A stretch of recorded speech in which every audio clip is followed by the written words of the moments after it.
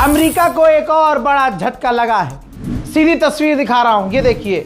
Iran के Tehran के आसमान में अमेरिका का लड़ाकू विमान बमबारी कर रहा था। काफी देर से बमबारी कर रहा था। ईरान के, जी हां, डिफेंस सिस्टम के रडार पर इसको लॉक किया गया। सिर्फ लॉक नहीं किया गया, इसको हिट भी किया गया।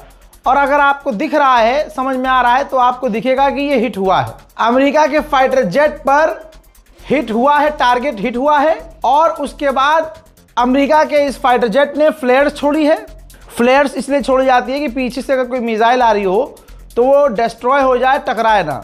लेकिन टकरा पहले चुकी थी, मिसाइल नहीं, या तो ये गोली थी या कुछ और थी, जिसके बाद अमेरिका का ये जेट जो है पूरी तरह से गिरा तो नहीं, लेकिन हिट हुआ है, डैमेज हुआ है। और उसके बाद ईरान के एयर स्पेस से बाहर भाग गया है। ईरान ने ये बड़ा खुलासा किया और ये वीडियो उसी ईरान ने शेयर किया। अमेरिका के डिफेंस मिनिस्टर ने एक सीनियर जनरल, जो आपकी स्क्रीन पर है, पहचान लीजिए भाई, बहुत एडवांस जनरल था, टॉप का जनरल था भाई, रैंडी जॉर्ज। इस रैंडी जॉर्ज को निकाल दिया है डिफेंस मिनिस्टर ने। क्यों निकाला है? हार रहे हैं, हार की वजह से निकाला है, पीटे हैं, पिटने की वजह से निकाला है, या ये जनरल ईरान पर इसने अपनी राय दी, या कहा कि भाई ईरान से मुश्किल है जीतना, या फिर कुछ भी हो सकता है। ये तो अब समय बताएगा कि इतने टॉप जनरल को जंग के दौरान अमेरिका के डिफेंस मिनिस्टर ने क्यों निकाला है। उधर डोनाल्ड ट्रंप पागल हो चुका है पूरा। डोनाल्ड ट्रंप ने कहा कि पिछले 24 घंटे में हमने ईरान के 3 ब्रिज उड़ा दिए हैं, लेकिन ईरान ने अभी तक हमको कॉल नहीं किया, कि बात नहीं कर रहा है वो हमसे। लेकिन ठीक है, मतलब ट्रंप ये कह रहा है कि हमने ईरान के 3 ब्रिज उड़ा दिए, इसके बावजूद ईरान हमसे बात नहीं कर रहा है। ईरान के विदेश मंत्री ने ब्रिज की तस्वीर को शेयर करते हुए लिखा कि दुनिया देख रही है कि हमारे सिविलियन इंफ्रास्ट्रक्चर को उड़ाया जा रहा है, हमारे ब्रिज तोड़े जा रहे हैं। इस हमले में 8 सिविलियन मारे गए हैं और ये जो किया जा रहा है, इससे हम बिल्कुल नहीं झुकेंगे। झुकना तो दूर, हम बात नहीं करेंगे, और इससे तो और हम मजबूत होंगे। जहां डोनाल्ड ट्रंप ये सोच रहा था कि ब्रिज उड़ा देंगे तो ईरान बात करेगा, वहां मामला पलट गया। IRGC के जुल्फिकारी साहब फिर से सामने आए और उन्होंने कहा कि हमने UAE, सऊदी अरब, कई जगह अमेरिकी ठिकानों पर कामयाब हमले किए और अमेरिका के फौजी मारे गए, और अभी हमने शुरुआत की है, अभी हम हमले और बढ़ाएंगे। ईरान के टॉप के कमांडर मारे गए हैं, शहीद हुए हैं, जिनका जनाजा निकाला गया है, और खुले आसमान के नीचे, और जिसमें बच्चे, बूढ़े, आप अपनी आंखों से देख लो, बच्चे हैं, बूढ़े हैं, बुजुर्ग हैं, पूरा का पूरा ईरान है। जनाजा रात को निकला है। ईरानी कमांडर जिन्हें शहीद किया गया है, जिन्होंने शहादत दी है, जो बंकर में जा सकते थे लेकिन बंकर में नहीं गए, जो छुप सकते थे लेकिन नहीं छुपे, और इजराइल ने टारगेट करके इनको कत्ल किया है, शहीद कर दिया है, जिनका जनाजा आप अपनी स्क्रीन पर देख रहे हैं। उधर ईरान ने जैसा वादा किया था वैसा किया है। दुबई के अंदर ओरेकल डेटा सेंटर ईरान ने निशाना बनाया है। ये ईरान ने कंफर्म कर दिया है। दुबई तो तस्वीर दिखाएगा नहीं, दुबई तो वीडियो जारी करेगा नहीं, दुबई एक्सेप्ट कैसे करेगा, लेकिन ईरान ने बता दिया है कि ओरेकल, अमेज़न के बाद अब ओरेकल डेटा सेंटर को हमने निशाना बनाया है। वहीं ईरान की जो तेल अवीव में इजराइल में मिसाइलें गिरी, ये 2 तस्वीर जरा देखिए। इन 2 तस्वीर से दुनिया हिल गई है कि ईरान की मिसाइलों को तो रोक पाना नामुमकिन हो रहा है इजराइल के लिए, प्लस जो डैमेज की भाई आ रही है, ओहो हो, ये तस्वीर। और उसके बाद आपको 2 वीडियो दिखा दूं, जो यही मिसाइल जब तेल अवीव में गिरी तो हाल क्या था।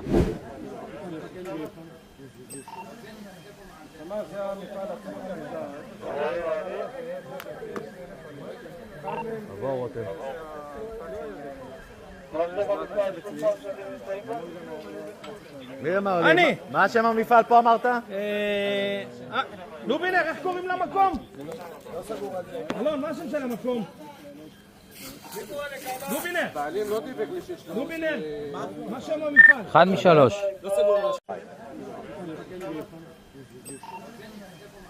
זה המפעל עצמו.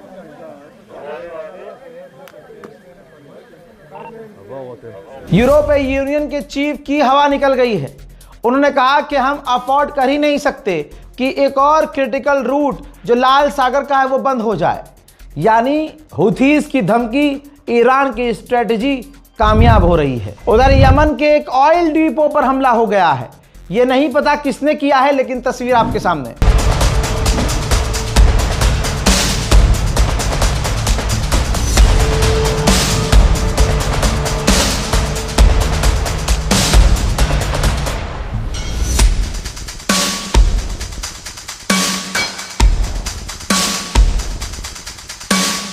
उधर हजरात पड़ोसी मुल्क पाकिस्तान की हालत खस्ता हो गई है। 43% पेट्रोल डीजल के दाम पाकिस्तान में बढ़ गए। उधर तबाही के बावजूद ईरान में लगातार जनता प्रदर्शन कर रही है। ईरान की मांग है कि अमेरिका इजराइल के आगे नहीं झुकना है। हम और शहादत दे देंगे, अपने मुल्क के लिए खुद लड़ेंगे, लेकिन अमेरिका के आगे सरेंडर नहीं करना है। हजरात, जंग हौसलों से जीती जाती है। ये देखिए, ये जो महिला है ईरान की 38 साल की, ये प्रेग्नेंट एक माँ है जिनके ऑलरेडी 2 बच्चे अमेरिका इजराइल के हमलों में शहीद हो गए। और इनकी महिला साथी, बहुत सारी आस पड़ोस की महिलाएं भी, औरतें भी अमेरिका इजराइल के आतंकी हमलों में शहीद हो गईं। अमेरिका के अंदर ही 100 से ज्यादा लॉ एक्सपर्ट, जैसे वकील समझ लीजिए, 100 से ज्यादा लॉ एक्सपर्ट ने अपनी सरकार को चिट्ठी लिखी है और कहा है कि ईरान में जो चल रहा है वो वॉर क्राइम है। आगे गवर्नमेंट ऑफ अमेरिका फंस सकती है। अमेरिकी इजरायली आतंकी हमलों में एक और ईरानी कर्नल की मौत हो गई है। उधर इराक के लड़ाकों ने ड्रोन तस्वीर जारी की है। ये वही ड्रोन है जिस ड्रोन के अंदर कैमरा लगा है और यही ड्रोन जाकर टकराकर विस्फोट हो जाएगा। हजरात, वीडियो जारी किया है कि किस तरह से हम इराक के अंदर अमेरिकी सेना को, अमेरिकी जो इंफ्रास्ट्रक्चर है, अमेरिकी बेस है, उसको निशाना बना रहे हैं। और तस्वीर में आप देख सकते हैं बिल्कुल सटीक निशाना है। बिल्कुल सही जगह जाकर इराक के लड़ाके अमेरिका को तबाह कर रहे हैं। ईरानी कमांडर ने कहा कि डोनाल्ड ट्रंप कह रहा है कि उसने हमारी मिसाइलों को खत्म कर दिया है। तो फिर जो हमारी मिसाइलें आ रही हैं, तुम्हारे सरों पर गिर रही हैं, ये आसमान से आ रही हैं क्या? और अमेरिका कह रहा है, ट्रंप कह रहा है कि उसने हमारी फौज को तबाह कर दिया है। तो हमारी जो फौज लड़ रही है ये कहां से आई है? मेरे दोस्तों, आगे उन्होंने कहा कि अभी अमेरिका की फौज होटल, बंकर और पोर्ट में छुपी हुई है, निकल नहीं रही। और अगर ग्राउंड ऑपरेशन हुआ तो उनको हम छुपने की भी जगह नहीं देंगे। उन्होंने बहुत जेन्युइन बात कही। आगे कहा कि अमेरिका पूरी तरह से ह्यूमिलेट हो गया है। इतना बुरा उसके साथ कभी नहीं हुआ है और इतनी बेइज्जती पूरी दुनिया में अमेरिका की पहली बार हुई है। उन्होंने कहा कि हमने 350 से ज्यादा अमेरिका के ड्रोन और 10 से ज्यादा टैंकर, दर्जनों फाइटर जेट और उनका टॉप लेवल का एडवांस जहाज तबाह कर दिया। बड़ा नुकसान दुनिया खुद देख रही है कि कौन झेल रहा है। वही ईरानियन ऑफिशियल ने आगे ये कहा कि डोनाल्ड ट्रंप ईरान में घुसना चाहता है, घुसपैठ करवाना चाहता है, ग्राउंड ऑपरेशन चाहता है। हम इंतजार कर रहे हैं, उनको हम ऐसा सबक सिखाएंगे कि डोनाल्ड ट्रंप कभी भी इसके बाद किसी और देश में घुसपैठ करने का ख्वाब नहीं देखेगा।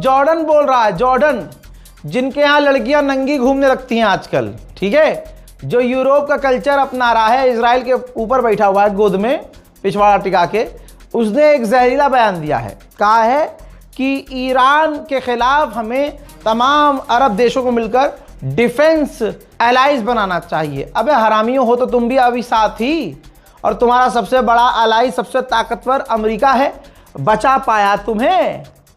घोप घोप रोज हो रहा है ना, बोल लो, फिर पछताओगे, फिर कहोगे ईरान ने पेल दिया, ईरान ने मिसाइल घुसा दी है। इसने आगे ये भी कहा कि ईरान एक पर्शियन एम्पायर खड़ा करना चाहता है। अरे, और कह रहा है कि अरबों को कमजोर और अपने आप को मजबूत दिखाना चाहता है। आप आराम से रिसर्च कर लो दोस्तों, ईरान ने कभी किसी पर हमला नहीं किया। ईरान पर खुद बेचारे पर इतनी पाबंदी लगी रहती है और आज तक लगी रही है कि उसने किसी और को नीचे दिखाया नहीं। ईरान तो अपने में रहता है कि हमारा डेवलपमेंट हो जाए, हम थोड़ा डेवलप हो जाए, हम इंफ्रास्ट्रक्चर अपना मजबूत कर लें, अपना एजुकेशन सिस्टम मजबूत कर लें। लेकिन जो अरब सिर्फ औरतबाजी में रहते हैं, लौंडियाबाजी के अलावा अरब कुछ, भाई अरब की सरकार आप देखिए, किसी भी अरबी से पूछिएगा, अरब की सरकार अपनी जनता को, सिर्फ अरबों को जो वहीं के हैं बीज, उनको सारी फैसिलिटी देती है। दुबई में हमारे दोस्त ने हमें बताया भैया खुद कि जो उनका कार्ड होता है अलग अरबियों का, 80% जो है बेनिफिट, हर चीज़ पे डिस्काउंट रहता है। मतलब अगर एग्जाम्पल आम लोगों को समझाने के लिए, 100 रुपये का अगर पेट्रोल मिल रहा है तो उन्हें भाई 20 रुपये का मिलेगा, 25 रुपये का मिलेगा, क्योंकि तेल के कुओं में हर अरबी का, अरब देशों ने कानून ने बनाया कि हक है। आपके बेटे की शादी होगी तो भाई विला मिलेगा, आपकी बुढ़िया और आप बूढ़े हो गए तो आपको नौकरानी मिलेंगी, नौकर मिलेंगे, ये सरकार की तरफ से है। और तो और कंपनियों में आपका हिस्सा होगा, बड़ा बेहतरीन कानून है भाई। यानी वहाँ तो जो अरब का होता है ना, उसे कोई टेंशन है ही नहीं। हमारे यहाँ कमाने की टेंशन होती है ना, अरबों को कमाने की टेंशन नहीं होती है। ये बात किसी भी अरब में रहने वाले व्यक्ति से पूछ लीजिएगा। कमाते भी हमसे 10 गुना ज़्यादा हैं और सरकार उनको देती भी हमसे बहुत ज़्यादा है। भाई हम तो बाहर ही हैं। तो भाई जब ऐसा कानून बना हुआ है तो बताइए अपनी गवर्नमेंट के खिलाफ कोई बोलेगा? नहीं। तो ये स्ट्रैटेजी है उनकी कि अपने लोगों को इतना खिलाओ, इतना पिलाओ, इतना इनका मुंह बंद रखो कि ये आवारा रहें, एकदम अय्याश रहें। सरकार क्या है, क्या कर रही है, फ़र्क ना पड़े। यही तो वजह है कि आज सरकारें अरबों की जो मर्जी करें, कोई मुंह नहीं खोलता कोई अरबी, क्योंकि अय्याश बना दिया मिजाज का। यहाँ भारत के अंदर मोदी जी अगर कह दें कि हर घर में एक व्यक्ति को सरकारी नौकरी और हर महीना 50,000 रुपये अलग से दिया जाएगा, भाई पूरा इलेक्शन सिस्टम की माँ बहनों को जाएगी। कोई नहीं कहेगा हम वोट देंगे किसी और को। अरे मोदी जिंदाबाद, मुसलमान भी कहेंगे मोदी जिंदाबाद। अरे भैया मज़ा आ गया, कुछ नहीं, अब तो जिंदगी भर आपकी सरकार। यहाँ अरबी अपने अरब के लोगों को सब कुछ दे रहे हैं, तो भाई वो क्यों बोलेंगे कुछ अपनी गवर्नमेंट के खिलाफ? यही तो वजह है कि जब अरब में वोटिंग हुई तो पता चला कि ईरान का साथ देने वाले 5% भी नहीं है और इजराइल का साथ देने वाले 0% भी नहीं है, कोई साथ नहीं देता। लेकिन न्यूट्रल 80% लोग हैं, मतलब ना ईरान के साथ हैं ना इजराइल के साथ हैं, वो पैसे के साथ हैं। चुप रहेंगे जी, हमें अपनी गवर्नमेंट पैसा दे रही है और क्या चाहिए। अब बताइए ऐसे लोग काहे कुछ बोलेंगे? भाई अय्याशी सिखाई गई है, खूब बीवी यहाँ है। पहली बात तो 1-1, 2-2, 3-3, 4-4 बीवी जो है आम है। अगर 4 बीवी है और फिर भी अगर दिक्कत ख़त्म नहीं हो रही है, खुजली ख़त्म नहीं हो रही है, तो अरबों के पास दूसरी जगह कोठियाँ बनी हुई हैं, उनके फार्म हाउस बने हुए हैं। वहाँ कोई हिंदुस्तानी, बांग्लादेशी, नेपाली रखा हुआ है सफाई करने के लिए, खाना ना बनाने के लिए। तो इनकी बाहर वाली वहाँ पहुँचती है, ये वहाँ अपनी गाड़ी से वहाँ पहुँचते हैं, सारा दिन मौज अय्याशी मुजरा जो है वो बैली डांस वाली डांस देखते हैं और उसके बाद जो है घोप घाप घाप घूप घूप करके घर। तो अरबों को क्या ही फर्क पड़ता है भाई। अब जॉर्डन कह रहा है कि भाई ईरान एम्पायर बनाने वाला है और इलाके में शिया लोगों की आबादी कैसे बढ़ा रहा है भाई? शिया कैसे? अब आ गई दिक्कत, भाई मेन बात आ गई कि भाई ईरान सही है, बिल्कुल सही है, लेकिन हम इसलिए साथ नहीं देंगे कि वो शिया है। यही सच्चाई है दोस्तों, यही चल रहा है आज पूरे दुनिया में। ऑस्ट्रिया ने खुलासा किया है, डिफेंस मिनिस्टर ने बोला है कि जब से जंग शुरू हुई है अमेरिका ने हमसे बार बार रिक्वेस्ट की है, कि अपना एयर स्पेस खोल दो हमारे लिए।